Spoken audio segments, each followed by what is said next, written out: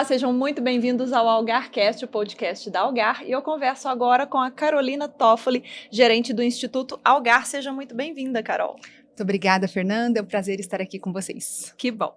Carol, me conta uma coisa, hoje nós vamos falar sobre o ESG. Conta pra gente como começou esse movimento de ESG e o que isso significa exatamente. Esse movimento começou lá em 2004, foi a primeira vez que essa sigla apareceu no mercado, quando o então secretário-geral das Nações Unidas, que era o Kofi Annan, ele fez uma reunião com 55 empresários da área financeira e fez uma provocação para que essas pessoas considerassem outros aspectos na tomada de decisão. Então, o que é o ESG? É quando a gente considera aspectos ambientais, sociais e de governança.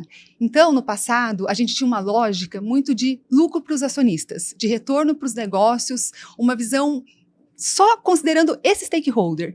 E o ESG, ele traz uma questão um pouco mais ampla, em que a gente considera esse capitalismo dos stakeholders, todas as partes envolvidas. Então, cada uma das letrinhas tem um significado específico. Então, o E, né, que a gente trouxe para o Brasil depois como ASG, é a parte ambiental. Então, aqui a gente está falando da questão de mudanças climáticas, impactos ambientais, poluição, carbono, fontes energéticas, recursos hídricos, são muitas questões envolvidas. Toda empresa gera um tipo de impacto. Sim. Né? Então, a empresa precisa identificar aqueles impactos que ela está gerando, o que é material, o que é mais relevante para ela, para pensar como ela consegue minimizar o seu impacto, como ela consegue neutralizar o seu impacto. A segunda letrinha é o S, que é o social. O S, ele é bem amplo, né? Então ele fala sobre o relacionamento com funcionários, com clientes, com fornecedores, com a comunidade, ele engloba vários aspectos. E o G é a parte de governança. Então, como que é o relacionamento com os acionistas, questões de ética, de transparência, composição do conselho de administração. Então, essas três letras, elas vão se complementando e hoje em dia, para a gente ter um negócio sustentável, a gente precisa levar tudo isso em consideração. Elas são interdependentes. Tem que caminhar juntas, né? São independentes, mas tem que caminhar juntas. Vamos aprofundar um pouquinho mais no S, Carol, que representa o social nessa sigla, né? Qual é a importância do S? Então, o S, ele é bem amplo, né? Então, a gente tem algumas questões dentro desse S. As questões sociais que a gente tem hoje no mundo, elas são complexas. E a resolução também exige muita complexidade. Então, a gente tem desde as questões que envolvem os trabalhadores, então, ambiente de trabalho, saúde mental e emocional, diversidade, equidade e inclusão. Aqui na Algar, por exemplo, a gente tem um programa forte desde 2018, chamado Programa Algar Sem Barreiras, que é um programa que trabalha esses assuntos. O que a gente quer? A gente quer criar um ambiente de respeito, onde as pessoas possam ser elas mesmas. A gente sabe da potência da diversidade, o quanto mentes diferentes, ideias distintas, pontos de vista diferentes podem contribuir para um negócio. Então, a gente precisa ter dentro da empresa uma representatividade da sociedade. Se a sociedade é composta por pessoas com diferentes perfis, a empresa também precisa dessa diversificação. Sim. E isso traz muitos ganhos, né? Então, esse é um aspecto importante do social. E a gente tem toda a parte do relacionamento com a comunidade. Né? A empresa, ela não vive numa bolha, ela não pode viver isolada. Não adianta ela ter lucro e ela ter resultado se o seu entorno está adoecendo, né? Se as pessoas estão empobrecendo, se as pessoas não estão se desenvolvendo. Então, a gente precisa trabalhar esse desenvolvimento do todo. E esse relacionamento com a comunidade tem também uma infinidade de assuntos aqui dentro. Né? Na Algar, a gente tem, há 2 décadas, um trabalho muito estruturado de uma organização social, que é o Instituto Algar, que faz de forma sistematizada um trabalho para a gente poder minimizar desigualdade social. Então, a gente investe em formação continuada das pessoas, a gente gera oportunidades de desenvolvimento, e eu digo que quando a gente gera uma oportunidade de desenvolvimento para uma pessoa, a gente muda o ciclo de pobreza, muda a condição daquela pessoa. Então, a empresa, ela tem essa responsabilidade, que a gente chama de responsabilidade social, de investimento social privado. Então, ela tem que ter esse olhar.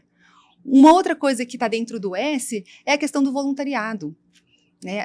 As pessoas podem atuar além do seu próprio trabalho, elas podem ter uma responsabilidade com o seu entorno, elas podem fazer um trabalho com uma dedicação de tempo, do seu talento, né, investir um pouco de energia nisso. Olha o tamanho da nossa sociedade. Se Né? cada um sai um pouquinho da sua Fizer um própria pouquinho, bolha, né? fizer um pouquinho, a gente vai ter esse impacto. Eu acredito muito naquela questão da atuação local, né? A gente tem uma atuação local para a gente ter um impacto global. Bacana, Carol. E é legal observar como o social vai muito além do que a gente imagina, né, nas organizações. E por que as empresas vêm se reposicionando para atender esse critério social?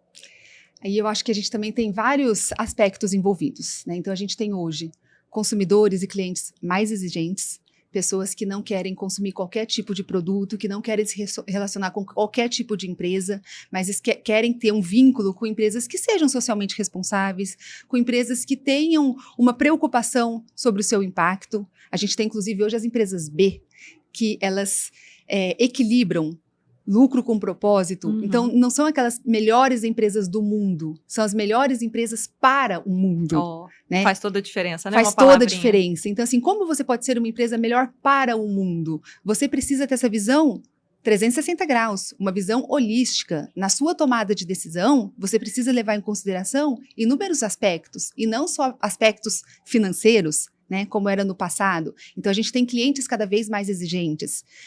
A gente tem funcionários, pessoas que estão dispostas a se associar a uma determinada empresa para poder trabalhar naquela empresa, também mais exigentes, que não querem trabalhar em qualquer local, que não querem se associar a qualquer tipo de produto, pessoas que querem que a empresa genuinamente tenha uma preocupação com seu equilíbrio, com sua saúde mental, investimentos no ambiente de trabalho, né? Então a gente vê que são inúmeros aspectos. Hoje a gente tem acesso a capital restrito para empresas que não investem em ESG. Então, a empresa, quando ela tem esse investimento, ela também passa a ser mais sustentável, porque ela consegue acessar esse valor. A gente tem um impacto na reputação, na marca, na credibilidade, e o quanto que isso é importante hoje em dia. Demais. Né? Reputação, o consumidor aprendeu já a olhar para isso também, né? Exatamente. A gente tem é importante também, por ter essa visão de que a gente não quer só o lucro para o acionista, mas a gente quer o desenvolvimento de todas as partes envolvidas.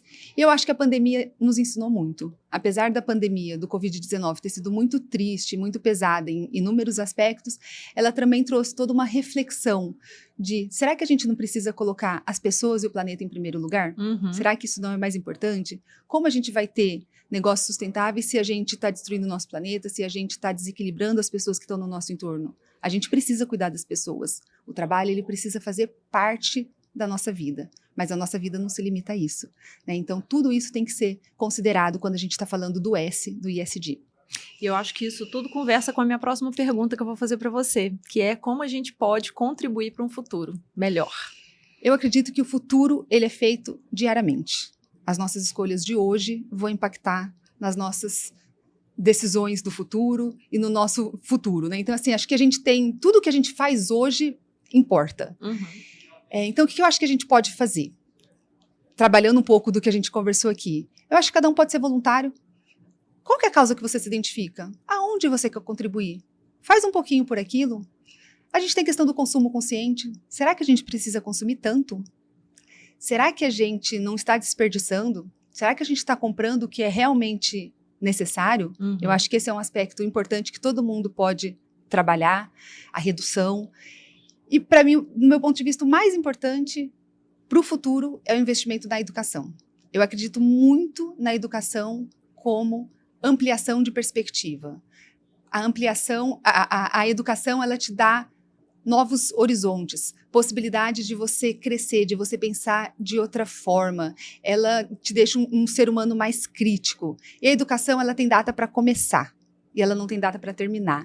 Né? Então, acho que outra forma que a gente pode contribuir com o futuro e que complementa com a educação é esse desenvolvimento contínuo, que a gente vem falando do lifelong learning. Né? Então, todo dia é dia de aprender. E esse processo de educação é um processo dialético. Né? A gente vai estar sempre numa troca em que a gente ensina, em que a gente aprende. Um momento nós somos educadores, outro momento nós somos educandos. Mas o futuro, sem dúvida, tem que passar pela educação. Muito obrigada, Carol, pela sua participação. Este foi o nosso AlgarCast com a Carolina Toffoli e eu te espero na próxima edição.